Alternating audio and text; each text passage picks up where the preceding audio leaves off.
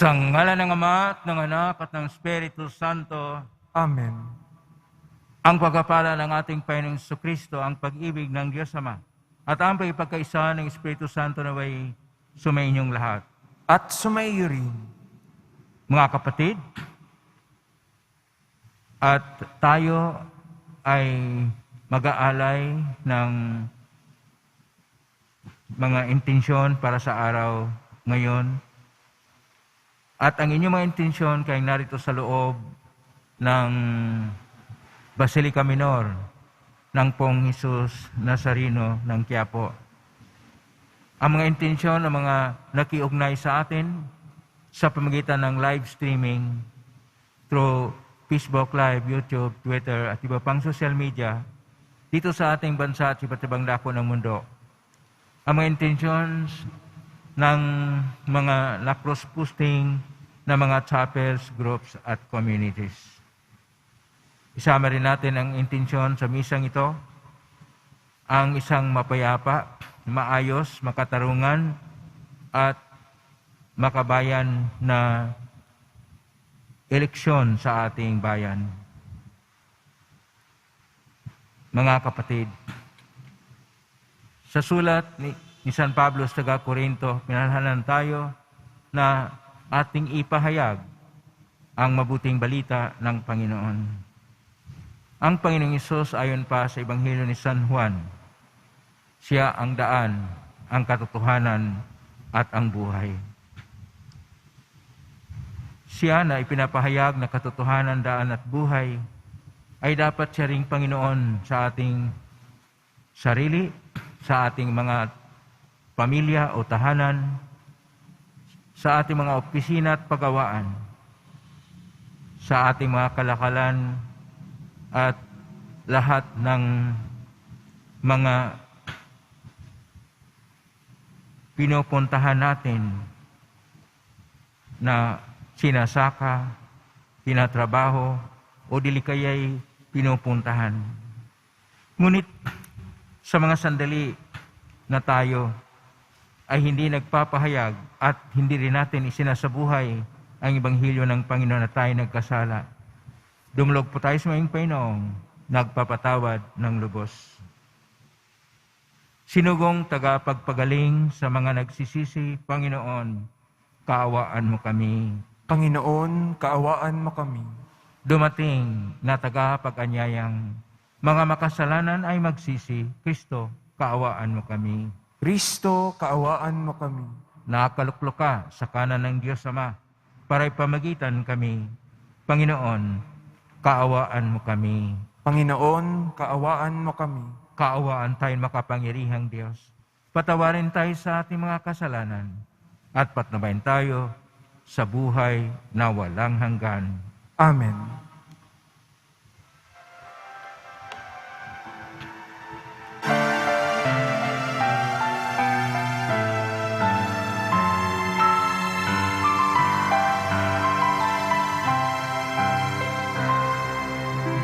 Walhati sa Diyos sa kaitaasan, kaloob sa lupa'y kakayahan. Inupuri ka at ininadarangal, sinasamba at dahil sa dakilang kalwalhatian. Panginoon aming Diyos na rin ang langit, Amang magkapangyarihan, Panginoong Jesucristo, Itong anak ng Diyos, Kordero ng Ama. Ikaw na nag-aalis ng mga kasalanan ng sanlibutan.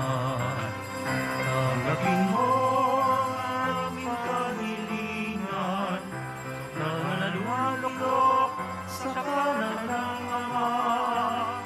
Maawa ka sa amin, ikaw lamang ang banal, Panginoong Jesucristo, sama ng Espiritu, sa rahagi ng Ama.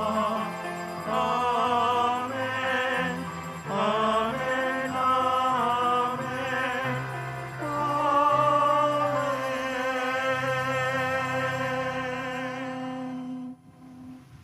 Manalangin tayo. Ama naming makapangyarihan, taon-taon binibigyan mo kami ng kagalakan sa kapistahan ni na Apostol San Felipe at Santiago. Pakundangan sa kanilang pagdalangin para sa amin. Pagindapatin mo na kaming makasalo sa tiisin at tagumpay ng kaisa-isang anak mo ay sumapit sa walang katapusang pagkakaisa sa iyo sa pamagitan ni Kristo kasama ng Espiritu Santo magpasawalang hanggan. Amen. Magsiupo po ang lahat. Pagbasa mula sa unang sulat ni Apostol San Pablo sa mga taga-Korinto. At ngayon ipinaalala ko sa inyo, mga kapatid, ang mabuting balita na ipinangaral ko sa inyo.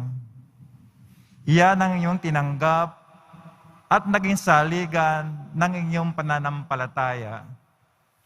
Sa pamamagitan nito'y naligtas kayo kung matatag kayong nanangan sa salitang ipinangaral ko sa inyo. Liban nga lamang kung kayo sumampalataya na di iniisip ang inyong sinampalatayanan.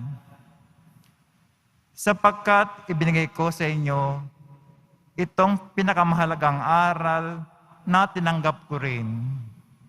Si Kristo'y namatay dahil sa ating mga kasalanan bilang katuparan ng nasasaad sa kasulatan. Inilibing siya at muling nabuhay sa ikatlong araw, ayon din sa kasulatan, at siya'y napakita kay Pedro, saka sa 12. Pagkatapos, napakita siya sa mahigit na 500 kapatid na nagkakatipon. Marami sa kanila'y buhay pa hanggang ngayon, bagamat patay na ang ilan. At napakita rin siya kay Santiago, saka sa mga apostol na sama-sama noon. Sa kahuli-hulihay, napakita rin siya sa akin, bagamat ako'y tulad ng batang ipinanganak ng di kapanahunan. Ang salita ng Diyos. Salamat sa Diyos. Laganap na sa daigdig ang kanilang mga tinig. Laganap na sa daigdig ang kanilang mga tinig. Ang langit ay naghahayag na ang Diyos ay dakila, malino nagsasaad kung ano ang kanyang gawa. Bawat araw, bawat gabi, ang ulat ay walang patlang, patuloy na nag-uulat sa sunod na gabi't araw. Laganap na sa daigdig ang kanilang mga tinig. Walang tinig o salitang ginagamit kung sa bagay, at wala ring naririnig na kahit na anong ingay. Gayunpaman, sa daigdig ay laganap yung tinig, ang balita ay maabot sa duluhan ng daigdig. Laganap na sa daigdig ang kanilang mga tinig. Magsitayo na po ang lahat.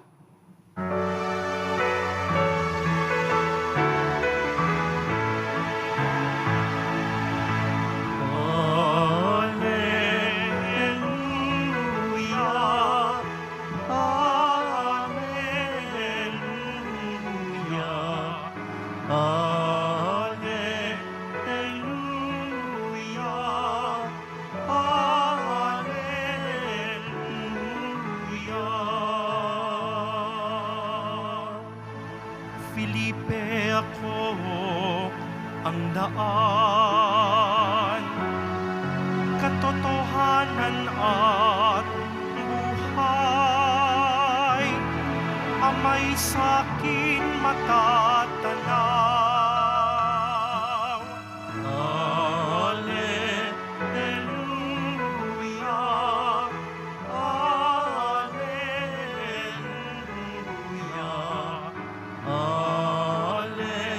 alleluia.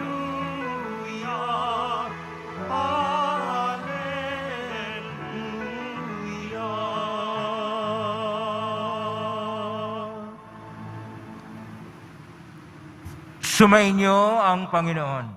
At sumayo rin.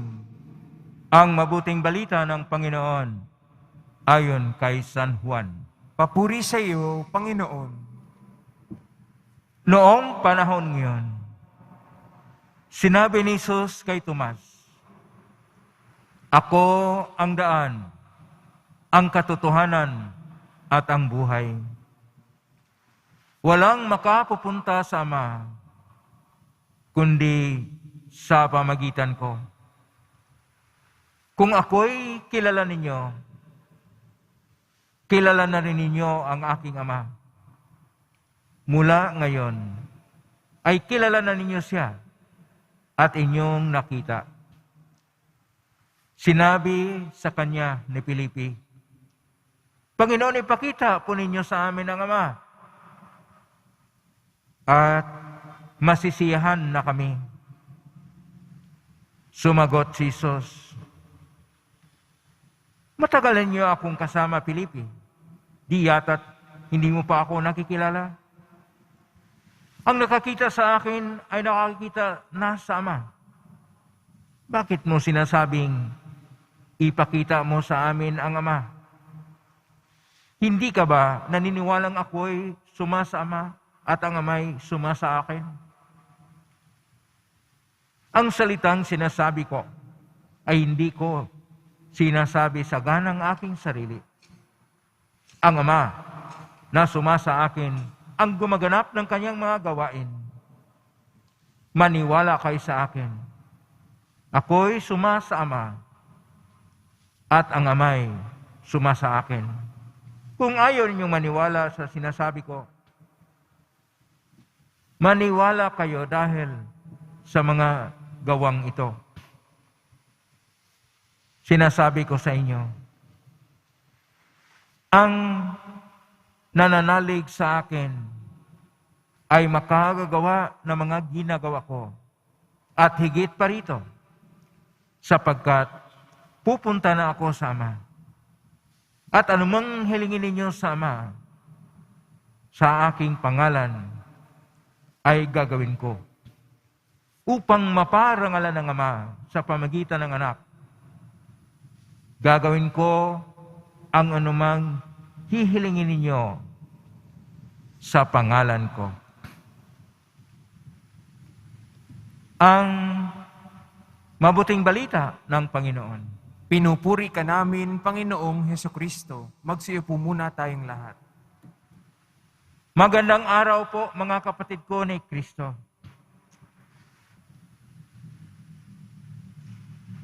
Si San Felipe, siya yung laging tumutugon ng hindi angkop o dili kaya magtatanong na taliwas sa konteksto.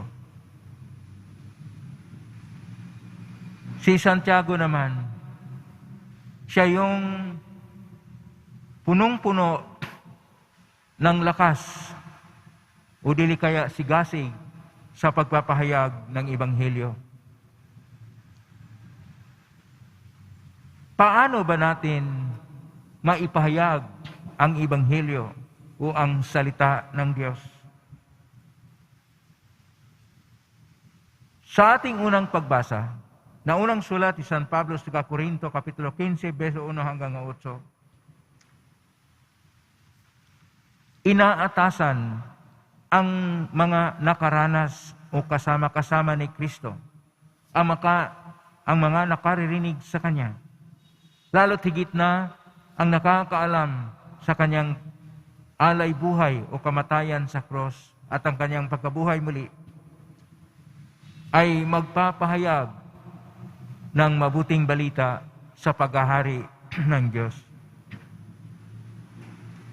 At ang Ebanghelyo, ang mabuting balita, ay pinaka-sentro, pinaka-saligan, pinaka-batayan sa kanilang pagsabuhay sa buhay Kristiyano. At dahil dito, sila ay magpapahayag ng mabuting balita sa lahat ng tao, gaya ng sinasabi sa ating Salmo 18 ngayon, na naghahayag ang Diyos na dakila, kaya laganap sa daigdig ang mga tinig na mga propitang nagpapahayag sa presensya ng Diyos. Paano ba talaga nating maipahayag ang Ebanghelyo o ang salita ng Diyos sa ating buhay? Ito yung ating pagkilala una sa lahat kay Kristo. Paano naman natin maipahayag sa iba kung tayo na may hindi nakakaalam, kung tayo na may walang kaalaman sa ating ipapahayag o sa ating ituturo na tinatawag na mabuting balita o mula sa salitang Grego, evangelion, ebanghelyo sa atin. Sa ating ebanghelyo ngayon ni San Juan, Kapitulo 14, versikulo 6 hanggang 14. Sinasabi sa versikulo 6, at ito yung pinakabuod, pinakasintro sa pagkilala sa ipahayag natin na ebanghelyo. Nung sinabi ng ating Panginoon, ako ang daan, ang katotohanan, at ang buhay. Walang makapupunta sa Ama, kundi sa pamagitan ko. Unahin natin itong, ako ang daan, ang katotohanan, at ang buhay. Versikulo 6, Kapitulo 14, Ebanghelyo ni San Juan. Sa koinoko na Grigo, dahil ang ating pong New Testament, bagong tipan, hindi po nakasulat unang-una sa Latin, English o Tagalog. Ang sinauna na salita na ginagamit sa pagkasulat nito, o original na pagkasulat, ay ang koinoko na Grigo. Sinasabi po sa versikulo 6, Kapitulo 14, sa koinoko na Grigo, Ego, aimi, hodos, alitia, kaizon. Hodos, daan. Alitia, katotohanan. Zon o suin, buhay. At ang ego aimi, ako ay siyang salin o nagmula sa salitang Yahweh. Ang Yahweh ay ang pangalan ng Diyos. Ating pong makita sa Exodus Kapitulo 3, versikulo 14. Nang tinanong ni Moises, sino ba ang magsugo sa akin?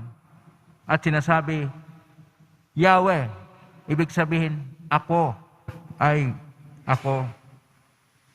At sa koinoko na Grigo, ang Yahweh ay ego aimi.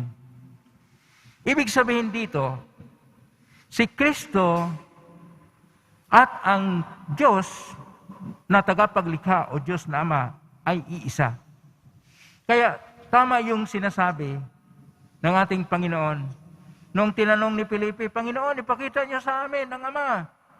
Masisiyahan na kami. Sumagot si Jesus,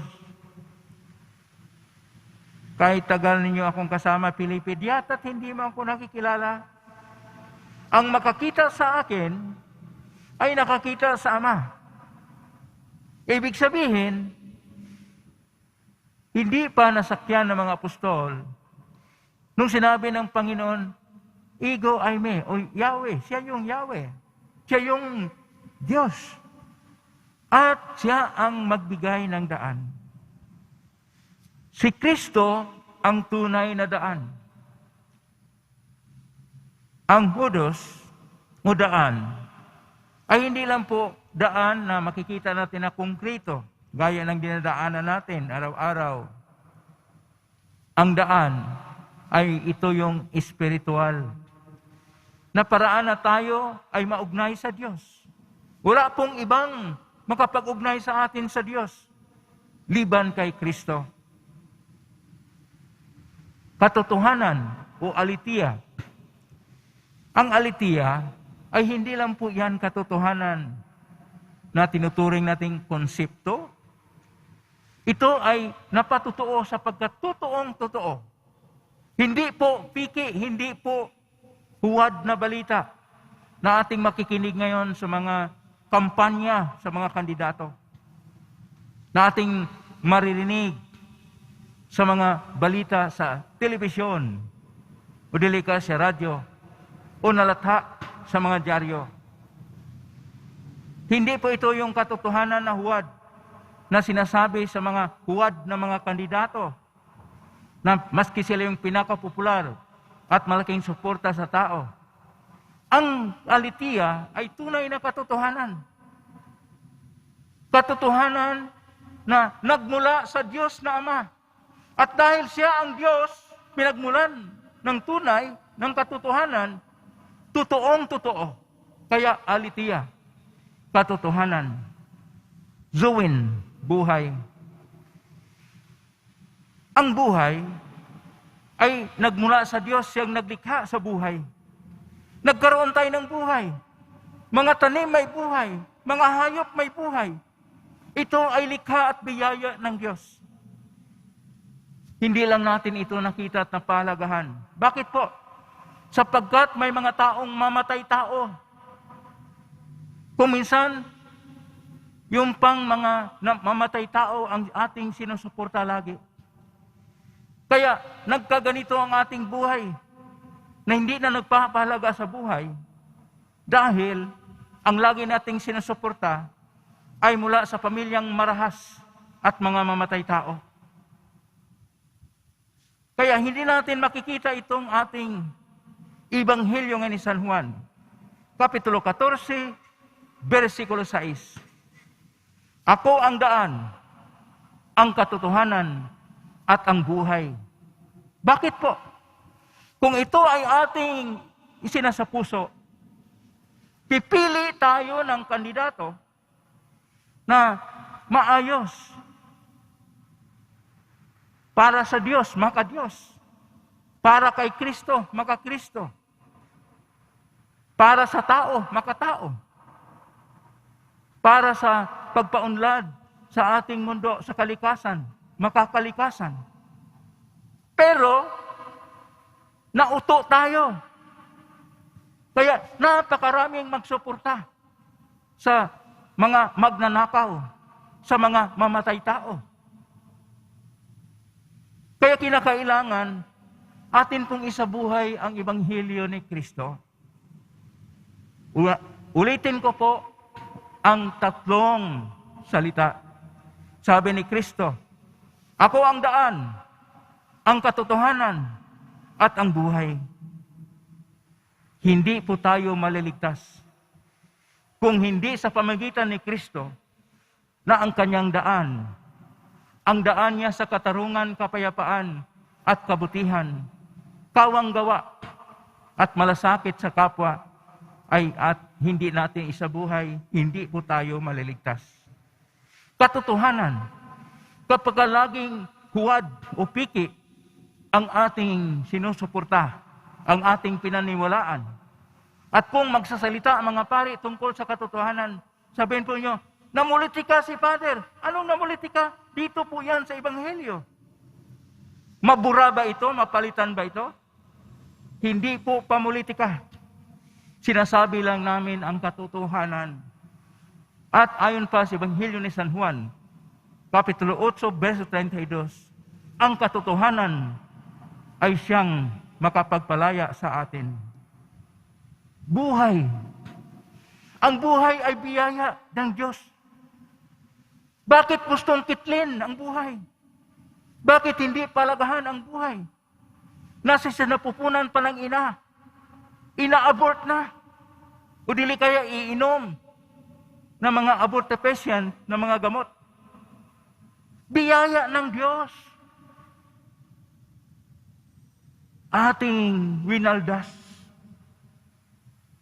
Ang biyaya ng Diyos ay biyaya mula sa Diyos at ang Diyos dapat ang siyang tunay na sundan natin. Huwag yung nasa kapangyarihan na hindi nagpapahayag sa kahalagahan ng buhay. Huwag sa kapangyarihan na hindi naniwala sa tunay na Diyos at kay Kristo na daan at katotohanan ng buhay. Panahon na ating ipahayag, na magpahayag tayo sa mabuting balita na si Kristo na nabuhay muli ay daan, katotohanan at abuhay. Panahon na tayo magpasya para sa Diyos at hindi para sa tao.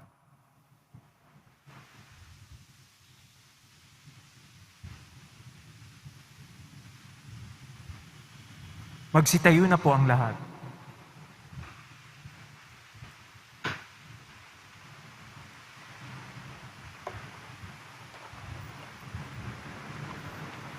Minamahal kong mga kapatid, manalangin tayo para sa mga pangailangan ng simbahan sa pamagitan ni San Felipe at Santiago. Atin pong itutugon, panatilihin mo kami sa iyong mga daan, Panginoon. Panatilihin mo kami sa iyong mga daan, Panginoon.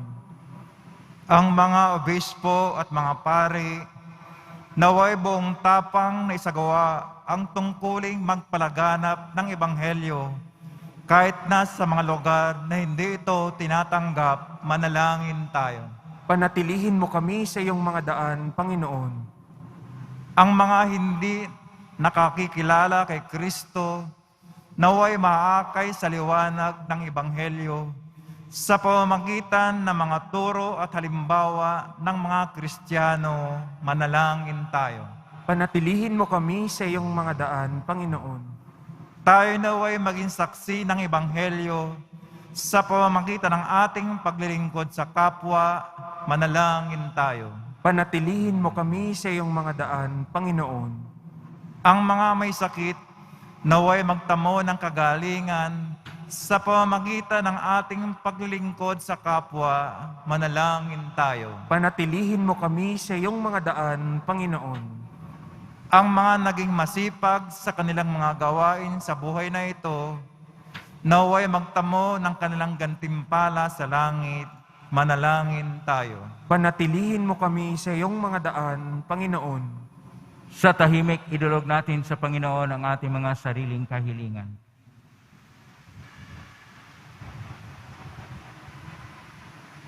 Ama, inihayag na yung anak ang pag-ibig mo sa amin.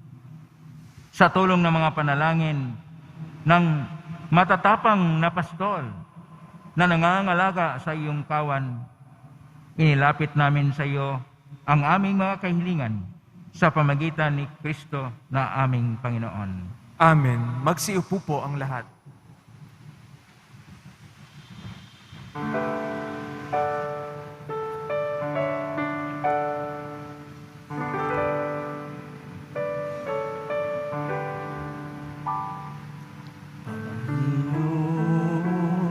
Narito ang palay sa iyo, mula sa aming bayang masayang nagsalo. Paminsanang mga alay, gawin mong totoo. Itong alak at tinapay, gawin niyo't katawan mo. Panginoon, Panginoon, alay sa iyo. Ang bayang nagpupuri na nagkakaisa sa iyo. Manalangin kayo batid upang paghahain natin ay kalugdan ng Diyos amang makapangyarihan. Tanggapin nawa ng Panginoon itong paghahain sa iyong mga kamay, sa kapurihan niya at karangalan, sa ating kapakinabangan, at sa buong sambayanan niyang banal. Ama naming lumikha, Tanggapin mo ang aming mga alay ngayong kapistahan ni na Apostol San Felipe at Santiago. At ipagkaloob mo ang pamuhay namin araw-araw ay maging relihiyong minarapat at kinalulgan mo sa pamagitan ni Jesucristo, kasama ng Espiritu Santo magpasa walang hanggan.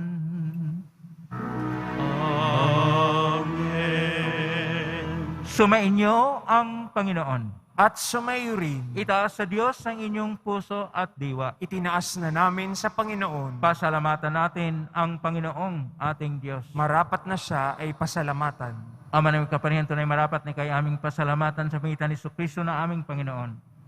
Itinatag niya ang iyong sambayanan at ang mga apostol ay sa ligat katuwang sa pagpanatili ng iyong pagmamahal na di magwakas kahit kailan.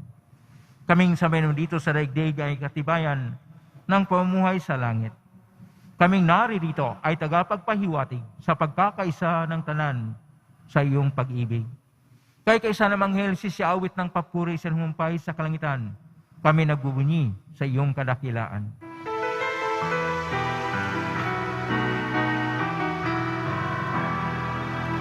Santo, Santo, Santo, Panginoong Diyos ng mga hukbo. Napulang pinuang langit at lupa ng kadakilaan mo.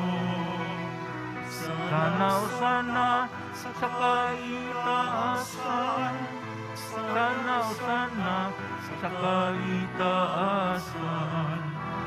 pinagpala paririto sa ngalan ng Panginoon.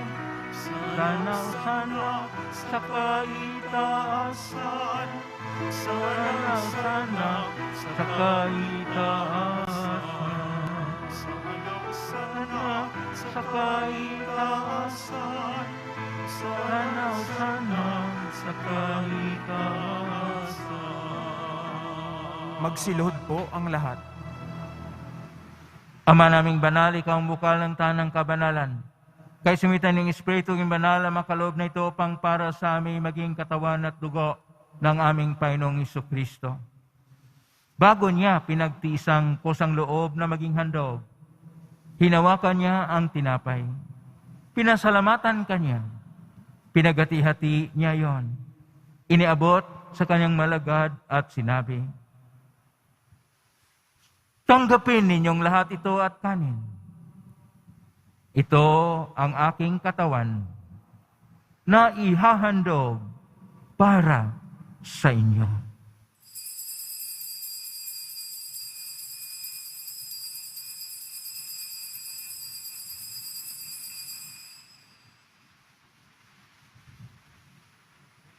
Gayon din naman nung matapos ang hapunan, hinawakan niya ang kalis. Muli kanyang pinasalamatan. Iniabot niya ang kalis kanyang malagad at sinabi, "Tanggapin ninyong lahat ito at inumin.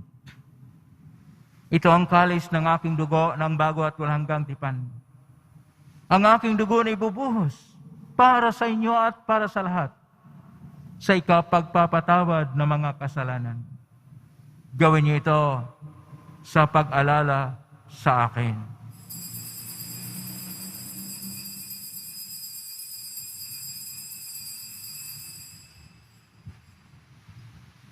Magsitayo na po ang lahat. Ang misteryo ng pananampalataya. Si Kristo'y namatay, si Kristo'y nabuhay, si Kristo'y babalik sa wakas ng panahon. Ama, ginagawa namin ngayon ang pag-alala sa pagkamatay at muling pagkabuhay na iyong anak. Kahit iniaalay namin sa iyo ang tinapay na nagbibigay buhay at ang kalis na nagkakaloob ng kaligtasan. Kami nagpapasalamat at minarapat na tumayo sa harap mo para maglingkod sa iyo. Isinasamo namin kaming magsasalo-salo sa katawan at dugo ni Kristo ay mabuklod sa pagkakaisa sa pamagitan ng Espiritu Santo. Ama, lingapin simbahang laganap sa buong daigdig. Tususin mo kami sa pag-ibig kaisa ni Francisco na aming Papa at ni Jose naming Obispo at ng Tanang Kaparihan. Alalahanin mo rin mga kapatid naming naimlay, may pag-asang sila'y muling mabuhay, gining lahat ng mga pumanaw. Kaawaan mo sila at patuloyin siyang kaliwanagan. Kawan mo dapatin kaming lahat na makasalo siyang buhay na walang wakas. Kaisa ng mahal na Birhen Maria na ina ng Diyos. Nang kabiyak ng puso niyang si San Jose, kaisa ng mga apostol ni Santiago, ni San Felipe, kaisa ni San Juan Bautista at ng lahat ng mga banal,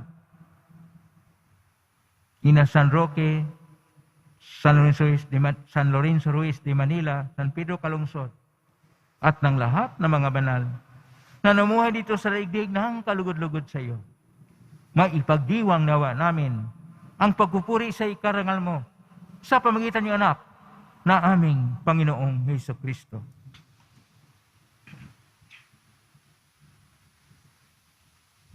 Sa pamamagitan ni Kristo,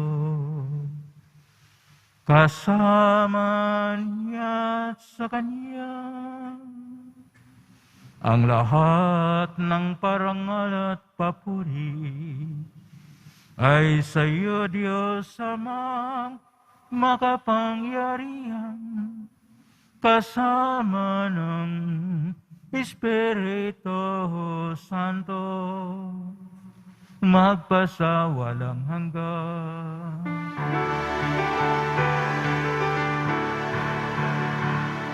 Amen, amen, amen. Amen, hallelujah. Purihin ang Diyos, purihin ang Diyos. Amen, hallelujah. Amen, amen, amen. Amen, hallelujah.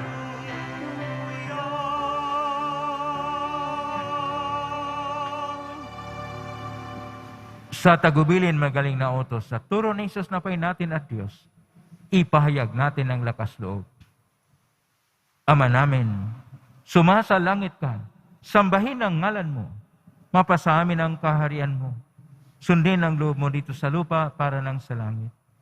Bigyan mo kami ngayon ng aming kakanin sa araw-araw, at patawarin mo kami sa aming mga sala, para nang pagpapatawad namin sa nagkakasala sa amin, at huwag mo kaming ipahintulot sa tukso, at iadya mo kami sa lahat ng masama.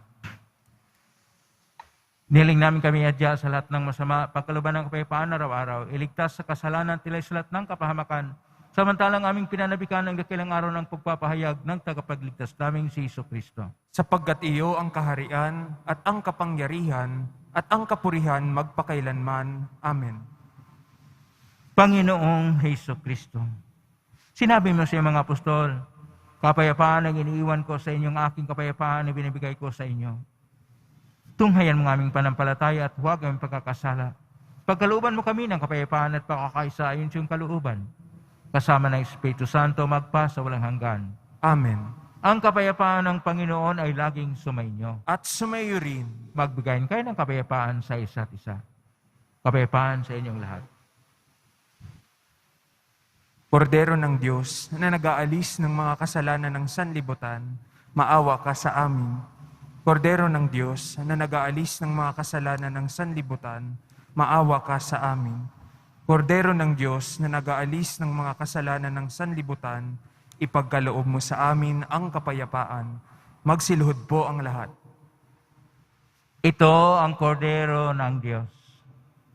Ito ang nag-aalis ng mga kasalanan ng sanlibutan. Mapalad ang mga inaanyayahan sa piging ng kordero. Panginoon, hindi ako karapat-dapat na magpatuloy sa iyo, ngunit sa isang salita mo lamang ay gagaling na ako. Katawan ni Kristo. Amen.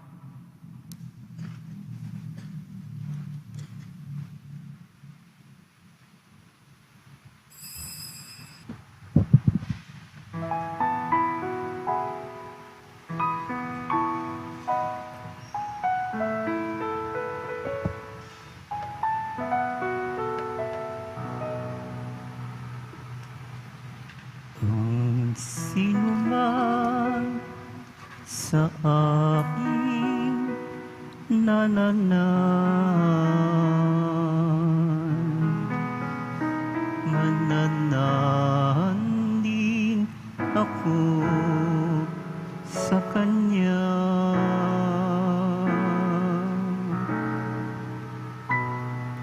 At kung siya'y mamunga ng masagana, saang may nagbigay ng karangalan.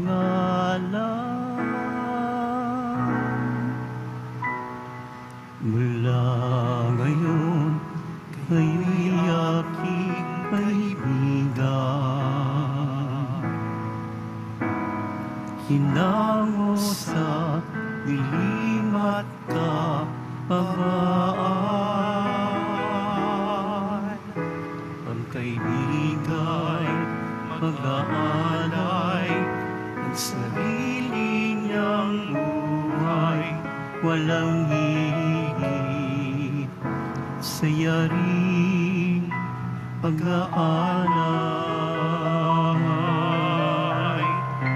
Mula ngayon, kayo'y aking kaibigan. Hinango sa dilim at kapabaan. Ang kaibigay mag-aalay ng sarili niyang buhay, walang higit sa yaring pag-aalay.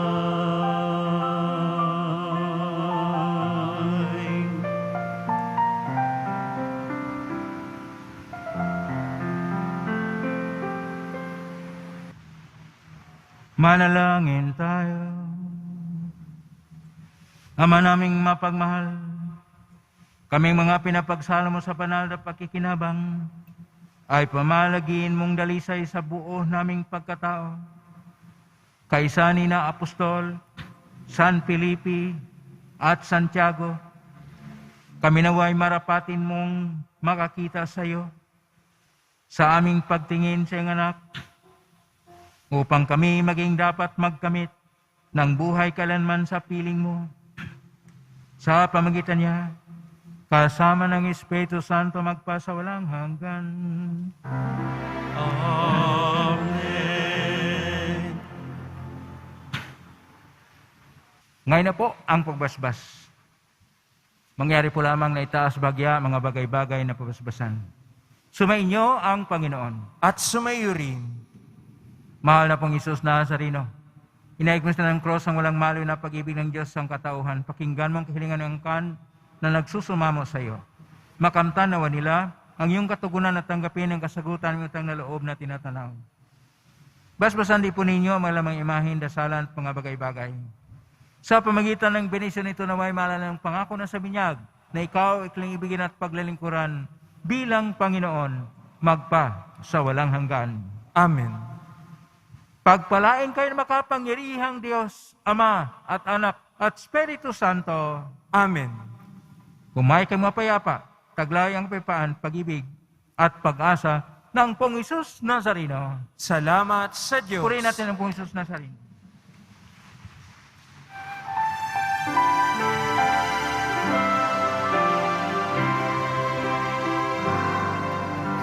Padre Jesus Nazareno, sinasamba ka namin.